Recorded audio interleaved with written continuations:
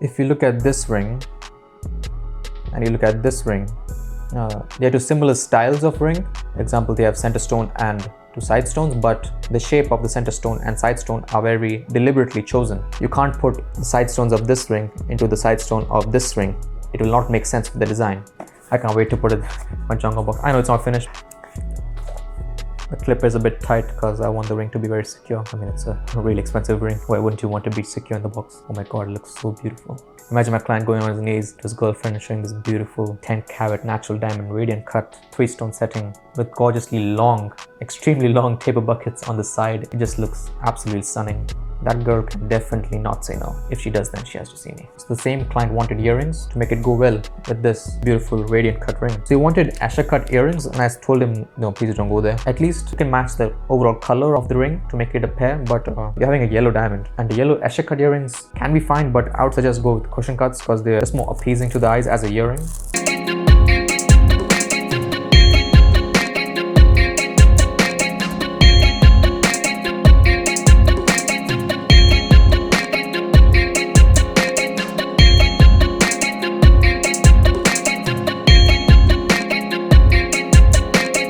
I want to share with you this beautiful 10-carat radiant cut VS natural diamond. It looks absolutely stunning, and it's going to go with the beautiful ring that we're going to make. You can see the side stone settings is pre-polished, which means it's polished before setting the stones, and the center stone setting is yet to be pre-polished. I wanted to have a look before going further with that. So when you place this beautiful stone 10-carat natural diamond on top, it fits perfectly. It looks so beautiful, and the reason it fits so perfectly is because we had scanned the stone before making the 3D model of the ring.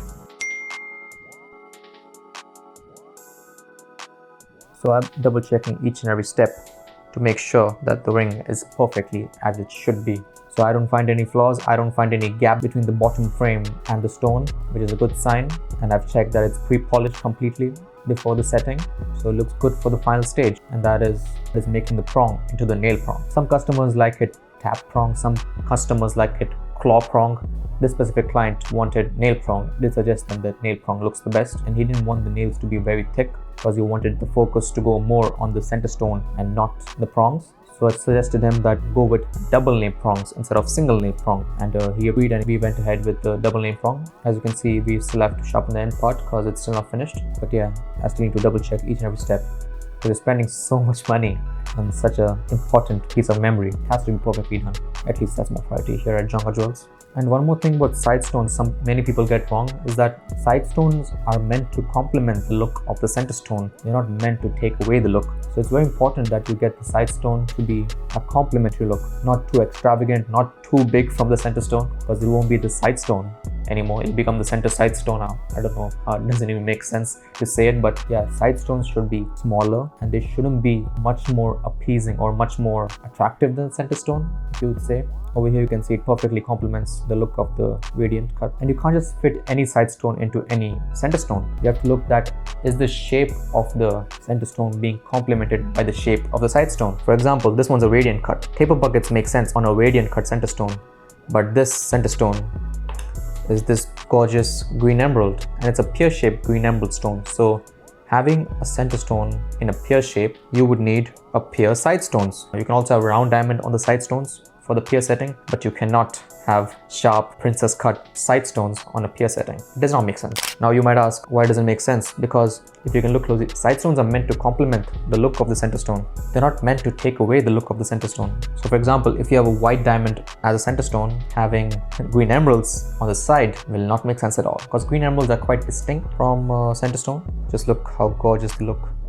As a designer of jewelry, you would want to make a jewelry that as a whole it looks gorgeous and attractive. Yes, the center stone is the most important part of the stone, and that needs to come out in the design and the final product of the ring. For example, in this radiant cut ring, the center stone is a gorgeous 10-carat natural diamond radiant cut, and the side stones are deliberately chosen to be taper bucket. Now my client has suggested that side diamonds to be round and center stone to be radiant cut, but I told him no, it will not make sense. The round diamonds will just not feel right with the very sharp edges of the center stone, because if the center stone is quite sharp edges like a radiant cut, Asher cut, something like that, even the side stones need to complement that overall look and feel of sharpness. So I suggested him keep the side stone taper bucket, it will look gorgeous. Round diamonds on the side will not make sense as they are round in shape, of course, and the center stone is sharp emerald shape, it will not make sense.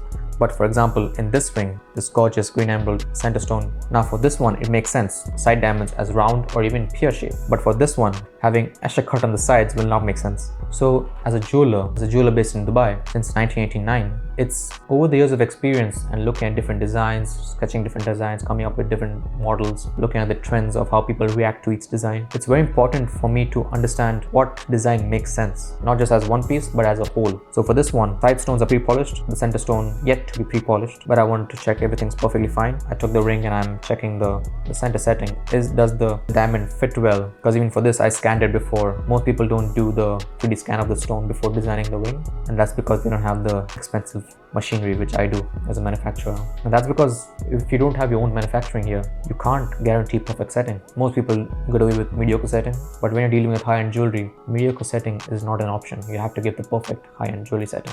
As I can easily see that it fits perfectly well. The top and bottom prongs are rightly gapped before setting. There's no gap between the bottom frame and the stone. Even for this one, the setting is done, but I have to check, is it perfectly set? Are there still no gaps between the prongs or no gap between the bottom frame and the stone? And not just that, you have to even check the height. Is the height correct? Is it not too low? Is it not too high? Because if it's too high, some people like the too high diamond setting height, but it just looks too bizarre. I think it kind of destroys the look of it, but that's my personal opinion. So a lot of people like it, some people don't. But I recommend having the stone at a balanced height, not too high, not too low. You might get hurt or the stone might get damaged over time. So all these small details make a huge difference. I can't wait to put it in my Jonga box. I know it's not finished, but the clip is a bit tight because I want the ring to be very secure. I mean, it's a really expensive ring. Why wouldn't you want to be secure in the box? Oh my god, it looks so beautiful. Imagine my client going on his knees to his girlfriend and showing this beautiful 10 carat natural diamond radiant cut 3-stone setting with gorgeously long,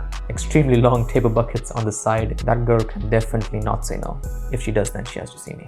That's one thing checked. I also have these very cute little cross pendants. You can see these two. I have 4 sizes. I have 3 right now. The 4th one is in setting. These 4 sizes are kind of like standard. Not really a standard, but people prefer in these 3 sizes because not everyone can afford these expensive, huge diamonds. But most people can afford smaller cross pendants and smaller diamonds. So I have to play in all budgets and not be just constrained to just one particular high-end client. You can even see your face in the back part of the pendant, all 3 of them. No matter the size, it's very important for me to polish, pre-polish. Even if I lose a lot of gold in the process, it's very important for me to pre-polish every single corner before setting stones and after setting the stones. So that just makes it much more brilliant looking, much more brighter, much more shinier, actually increases the value of the stones.